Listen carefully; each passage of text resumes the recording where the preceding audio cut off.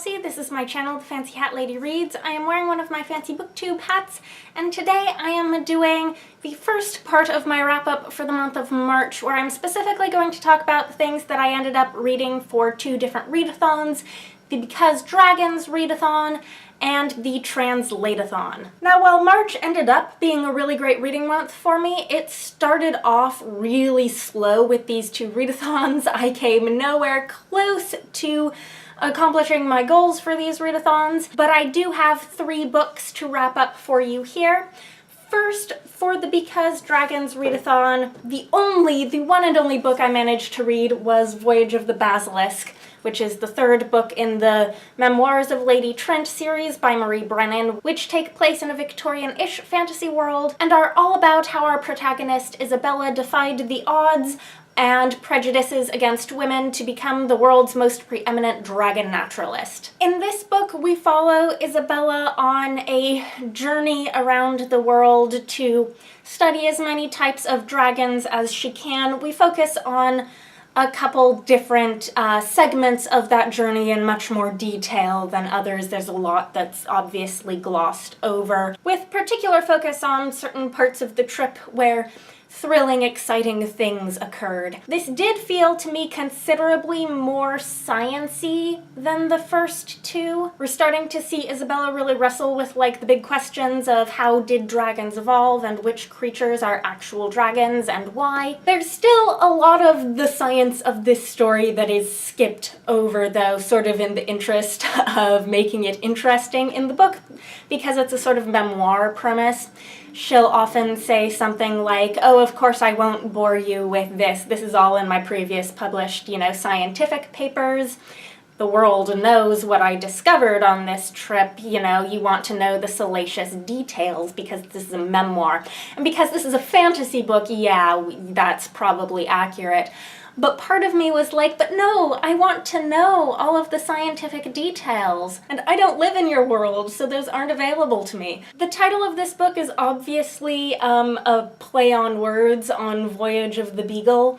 And so I was sort of hoping that, oh, maybe Isabella would, come up with a theory of evolution for this world and become Darwin of this world. It seems like there's already a real, working understanding of evolution in this world that she's already working with. And there seems to be an understanding of speciation and evolutionary family trees and stuff. The real science problem with dragons, of course, in our world is that they're built on a 6-limb model, which basically no reptile, mammal, bird, any of that is. In this world, there are a number of different traits that are identified as draconic, and the more Isabella sees a lot of different types of draconic creatures, the less and less obvious it is to her which are dragons and why. And Isabella is seeking some sort of understanding of a draconic family tree and what creatures are part of it and which aren't, and are maybe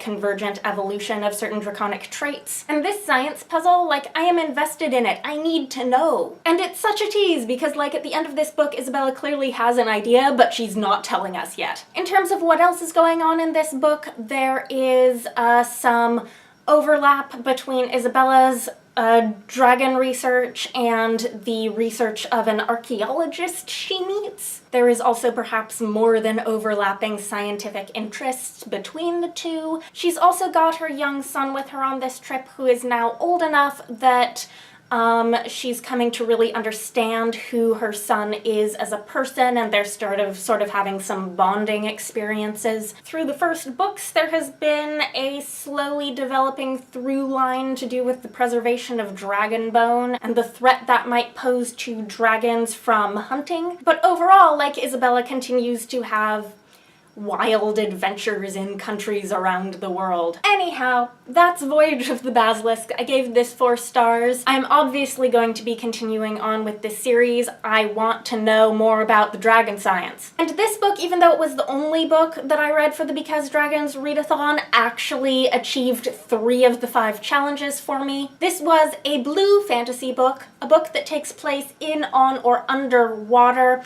and a fantasy book with dragons. So the two challenges that I did not get to for that readathon were a debut fantasy novel and a fantasy novel that features war. So the Because Dragons readathon was March 5th through 11th. Starting right on the heels of that, March 11th through 18th was the Translateathon. I wasn't even really trying for the challenges of this one. I was just going to try to get to some translated books, as many of them as I could. I got to 2.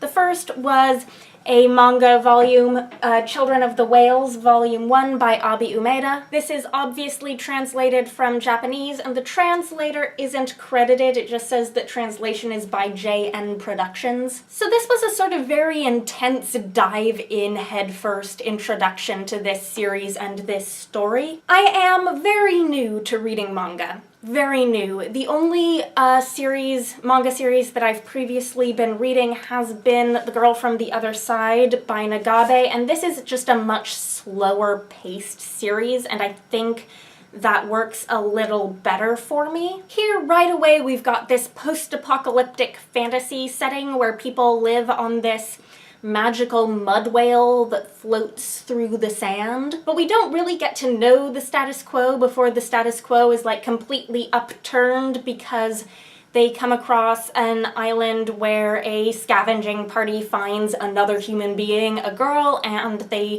these people like don't think that humans exist outside their mud whale, but some people have been suspicious that they do. There's a kind of complicated magic system where most people have magic, but the people who do die young. There's some different magical stuff going on with this girl they find, and like there's magic and emotions being connected. Anyways, I really like the art. You get some of these more sort of sweeping landscape images that show the setting mixed in with the more close-up character detail. The main character of this is a boy named Chakuro. He's an archivist for the mud whale because he feels compelled to write things down that he sees and observes. Again, I'm not sure there was enough time for me to understand what that really meant before it changed. Anyhow, I'm really intrigued by this story, but it was kind of info dumpy and a lot.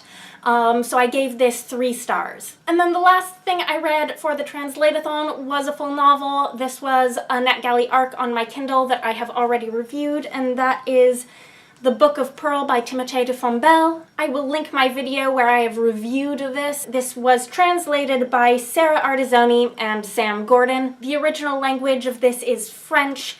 This is a young adult fantasy, sort of fairy tale story with multiple sort of story through lines about basically a prince from a fairy tale kingdom who gets banished to our world and spends his whole life trying to find a way back. So there's a storyline in the fantasy kingdom, there is a historical fiction World War II story, and then there's the more modern perspective of the character who is the narrator of the book and gets drawn into it. I thought there was a lot of this book that was really lovely, but I got kind of hung up over how focused it was on the ideal of this fairy tale romance between this prince and a fairy who gives up her magical powers and her immortality for him, and the way she's depicted throughout the book was troubling for me. She's this sort of elusive object of fascination for all the male characters, and she's called upon to be an unseen guardian angel a lot. And then the whole sort of point of the book hinges on us being able to accept that this particular ideal of a fairy tale romance is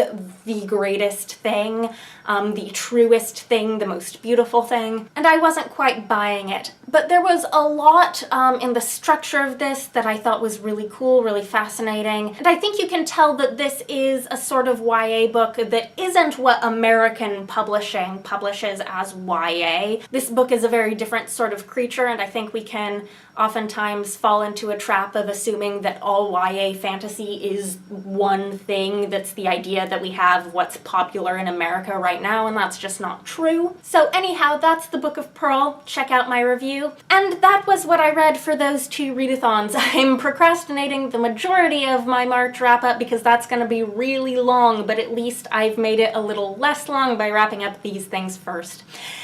Anyhow, let me know if you've read any of these things or if you're planning to. Let me know what you think. I hope you're having a nice day. That is all. Bye for now.